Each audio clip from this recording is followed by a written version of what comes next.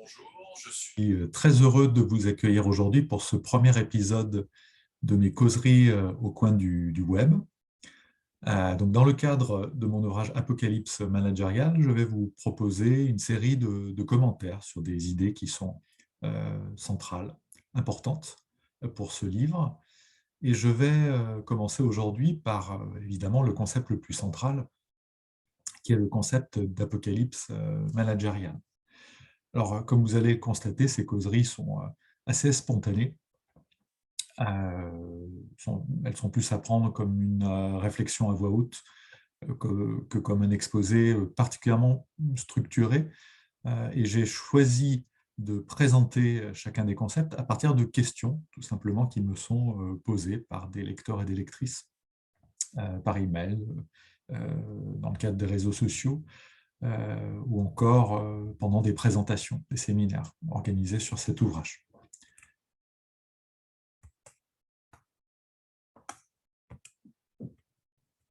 Alors, plus particulièrement, je vais explorer trois questions aujourd'hui. La première, très générale, qu'est-ce que les apocalypses managériales?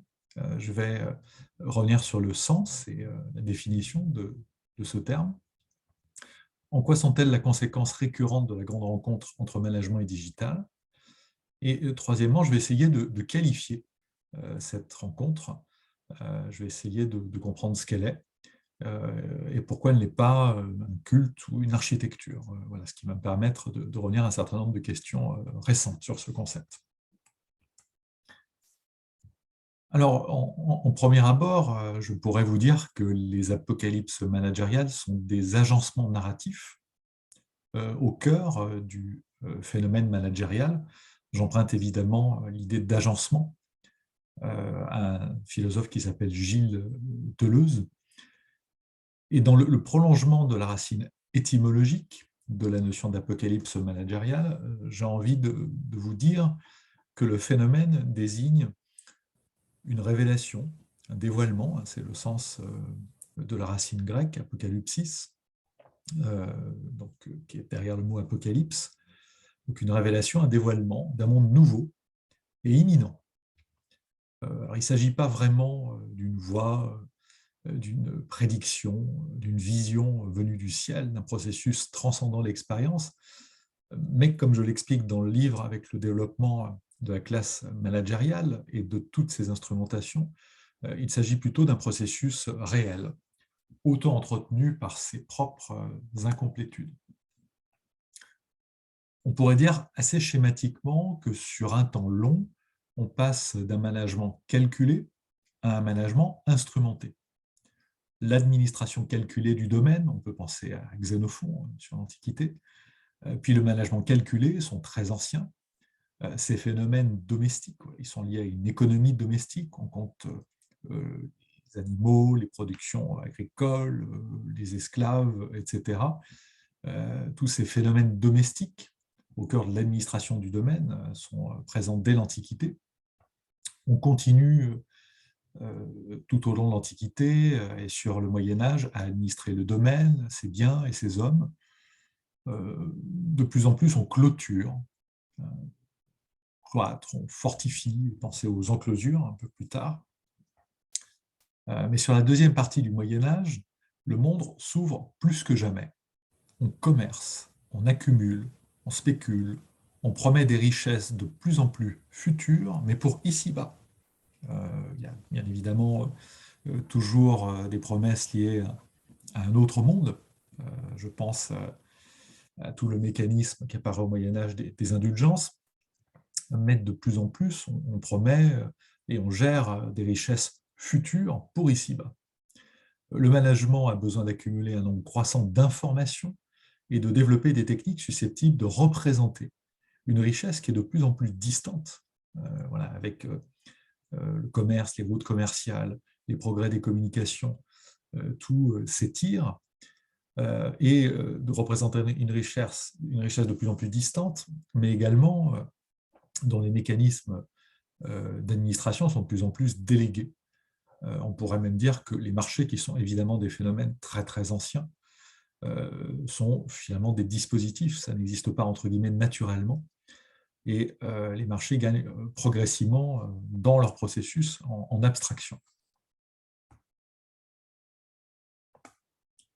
Au cours du XIXe siècle, le management, qui est un vocabulaire plus ancien, on en trouve des traces dès le XVe siècle, le management commence à se professionnaliser avec ses premières business schools, les ancêtres de ce qui s'appellera un peu plus systématiquement au XXe siècle les cabinets de conseil, et sur la fin du siècle, des techniques de management qui vont de plus en plus bien au-delà du contrôle immédiat de la présence des ouvriers et du niveau de la production. Contrôle des choses qui sont à un niveau d'abstraction de plus en plus élevé. Mais c'est avec le XXe siècle, en particulier la seconde mobilisation industrielle, qui est liée à la Seconde Guerre mondiale, que le management va connaître sa grande reconfiguration. Il va devenir ce management global, américain et digital, toujours au cœur de notre présence. C'est une thèse assez centrale du livre. Alors, les managers professionnels s'équipent de plus en plus d'instruments de management, normés, normateurs, représentationnels. Ces instruments sont de plus en plus distants de l'activité collective. Ce qui fonde la figure professionnelle du management, c'est une certaine rupture, quelque part, par rapport au métier lui-même, l'activité métier, avec évidemment toutes les difficultés, tous les problèmes que cela a rapidement soulevés. Ces managers ont besoin, dans une logique fayolienne, pour prévoir, organiser, contrôler, commander, coordonner. Ils ont besoin d'un certain nombre de techniques de management. On remarque les liens entre Fayol, fayolisme, et évidemment une partie du développement de ce management. Voilà, il y a beaucoup d'européanéité derrière l'américanéité qui est dans cet ouvrage. Ce management, comment pourrait-on le caractériser?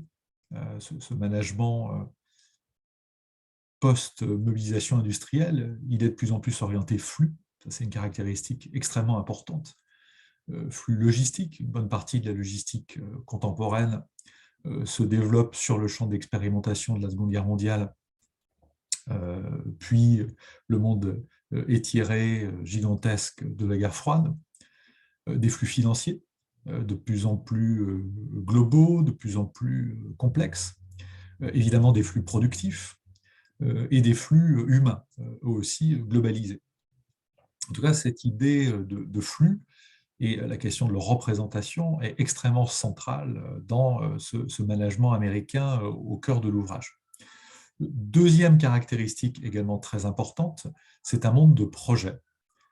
Ce management s'ancre dans des projets et au passage, on peut remarquer que nombre de techniques contemporaines de modélisation des projets, de gestion des projets, sont liées aux années 30 et aux années 40, et en particulier à la phase de la mobilisation industrielle et des grands projets comme Manhattan ou Overlord.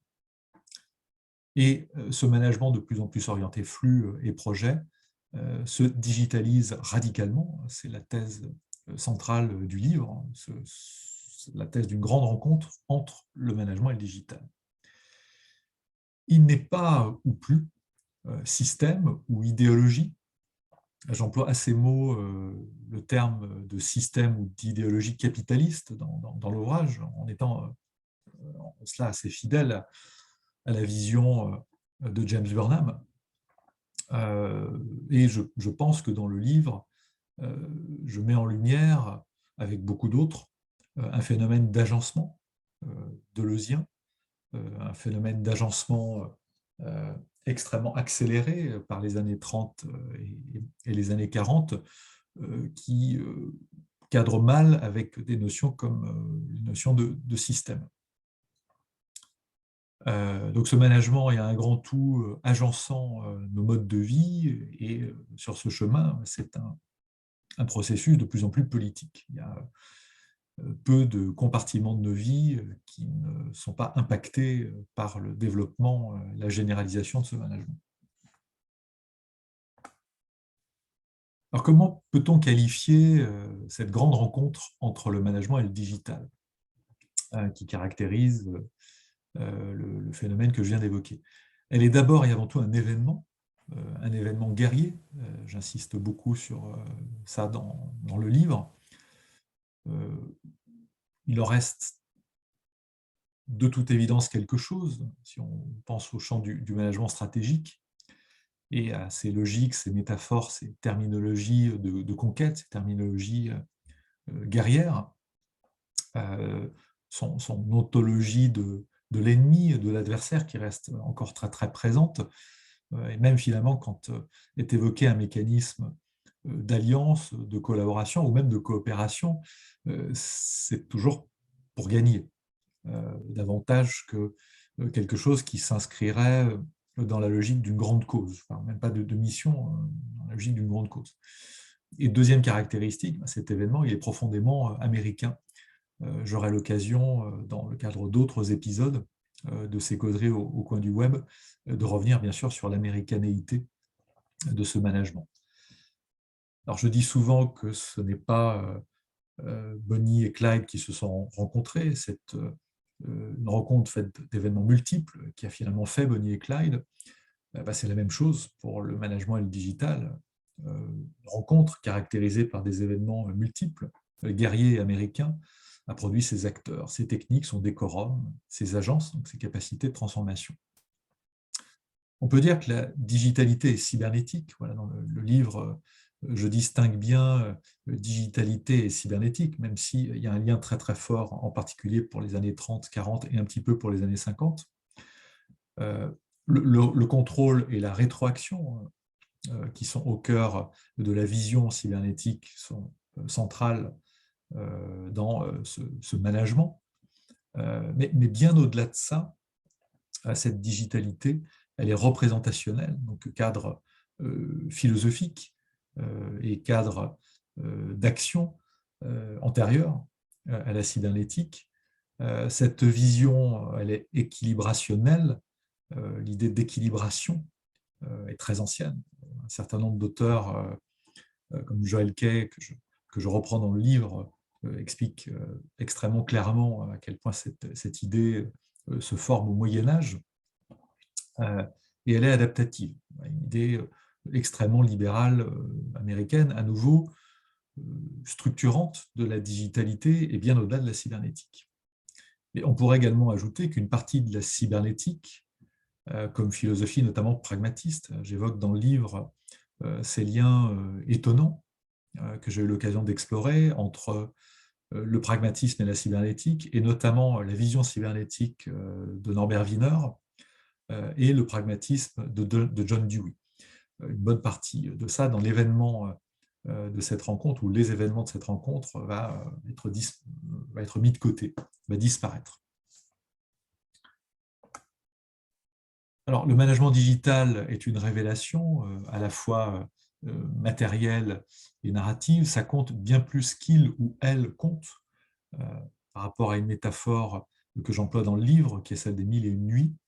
Il n'y a plus vraiment de Sherazade qui compte. C'est un ensemble d'algorithmes, des assemblages, des agencements qui produisent une histoire mise en cohérence par un certain nombre de règles et de processus de vérification, portés par une instrumentation interconnectée de plus en plus narrative. Le mouvement va s'amplifier dans les années 90. Les processus managériaux dévoilent, révèlent, déplient un monde de demain toujours déjà un peu présent.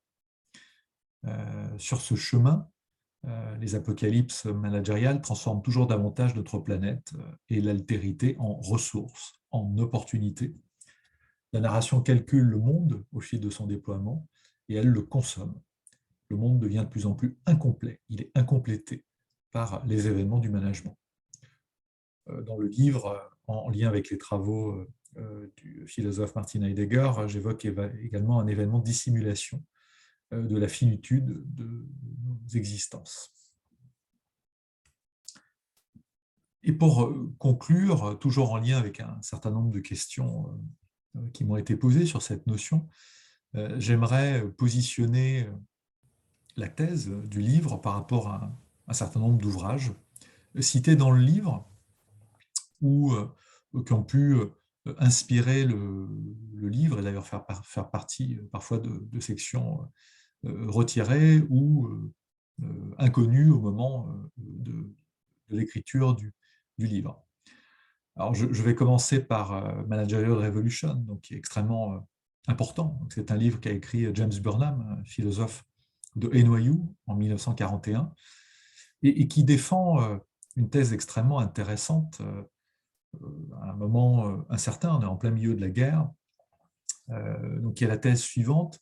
On assisterait à l'émergence d'une nouvelle classe sociale après les capitalistes, donc, qui possèdent la firme, des outils de production, après des prolétaires qui n'apportent que leur seule force de travail, apparaîtrait de plus en plus une nouvelle classe sociale qui serait faite des managers, donc de professionnels du management formés, certifiés comme tels, maîtrisant de façon légitime des techniques de management qui permettent de piloter la production et des choses périphériques de plus en plus à la production. Et James Burnham nous explique l'importance politique et démocratique de cette nouvelle classe d'acteurs, de plus en plus centrale non seulement dans les firmes, mais aussi dans les administrations et au sein de l'État. Et il décrit une révolution managériale qui, quelque part, n'est pas la révolution marxiste. Voilà, il n'y aura jamais de grands soirs, de grands dénouements, mais une espèce de révolution managériale permanente. Alors, par rapport à cet ouvrage, bien sûr, ma propre thèse est extrêmement résonante, constatant dans le chapitre en particulier où James Burnham définit, explicite la révolution managériale que finalement il n'explique pas très précisément ce qu'est ce processus managérial, économique et politique. Il le qualifie en fait pas vraiment, et c'est ce que j'ai souhaité faire dans le cadre de cet ouvrage, en me demandant ces managers de plus en plus équipés, instrumentés, comment les positionner par rapport à nos sociétés, nos économies, nos systèmes techniques, comment qualifier le processus plus général dans lequel ils s'inscrivent, et c'est là qu'intervient la notion d'apocalypse managériale. Alors, en ce qui concerne les travaux de Jacques Ellul, je connaissais les travaux d'Ellul sur les techniques. En revanche, je n'ai découvert que sur la fin de l'ouvrage les travaux d'Ellul plus spécifiques à l'Apocalypse. Cependant, j'ai envie d'insister sur un certain nombre de choses qui positionnent la thèse des apocalypses managériales par rapport à la thèse théologique qui est défendue par Ellul.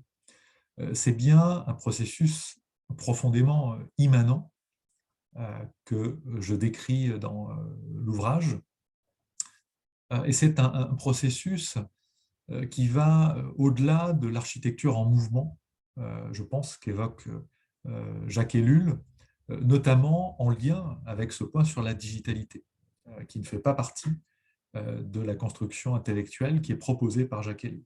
Je vois un certain nombre de points communs par rapport au souffle, ce souffle vers l'avant de plus en plus central dans nos sociétés que décrit Jacques Ellul, et que quelque part Ellul sort d'un cadre de théologie strictement chrétien et quelque chose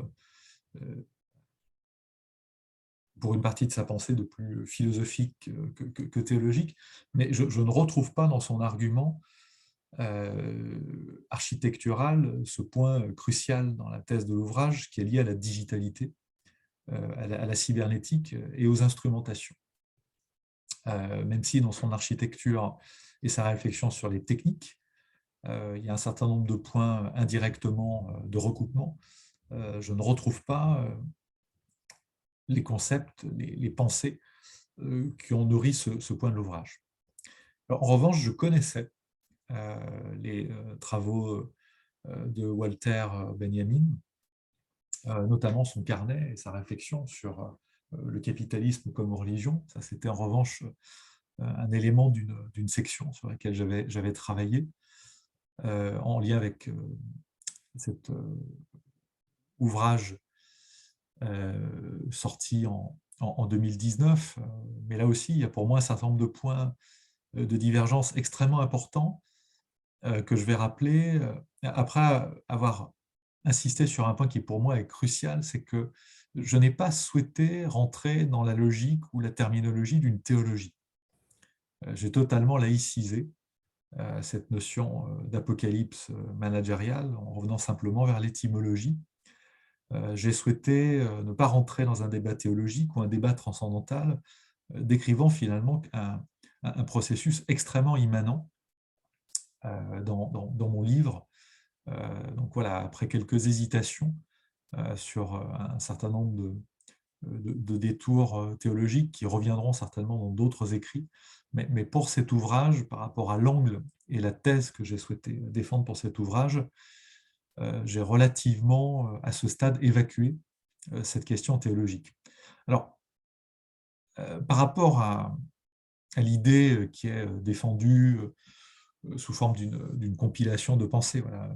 Benjamin n'a pas eu le temps de systématiser sa pensée. Il n'y a pas une grande théorie du capitalisme comme religion, mais par rapport à ce qui est évoqué dans ses écrits, cette idée d'une fête permanente, cette idée d'un nouveau culte qui se serait installé dans nos sociétés, d'une nouvelle transcendance ou relation à la transcendance, à nouveau, j'ai envie d'insister sur deux points de divergence. C'est un processus et un phénomène extrêmement immanent que j'évoque dans le livre, que je ne souhaite pas associer à l'idée d'un culte, avec tout ce que ça peut connoter, de religion, de rituels, de prière. Je pense qu'il y a quelque chose qui est au-delà du culte. Je ne dis pas ça d'ailleurs en exonérant le phénomène qui m'intéresse d'un certain nombre de critiques. Je pense qu'il y a quelque chose qui va au-delà de la ritualité, de la visibilité du culte. Il y a beaucoup d'invisibilité dans le processus qui m'intéressait. Et puis, à nouveau, le deuxième point qui est extrêmement central, c'est celui qui est lié à ces instrumentations, à cette digitalité, cette cybernétique, qui, par rapport à la pensée de Walter Benjamin et ses réflexions qui s'inscrivent dans l'année 1922, voilà, on n'est pas historiquement dans le grand basculement, la grande reconfiguration que j'évoque dans le livre. Et puis, il y aura un certain nombre de points connexes que je n'aurai pas le temps d'évoquer, qui sont liés au phénomène guerrier, qui sont liés aussi à l'américanité du phénomène qui m'a intéressé et que je n'ai pas, en tout cas dans ma lecture et mon interprétation, retrouvé dans le travail herméneutique qui est fait par Walter Benjamin. Voilà, j'espère que cette causerie au coin du web vous a plu. N'hésitez pas à m'envoyer vos commentaires ou vos questions à l'adresse mail devojani@dauphine.fr. Voilà. Dans la mesure où j'ai des réponses, je serai ravi d'essayer de vous éclairer. Je vous souhaite une excellente journée. À bientôt.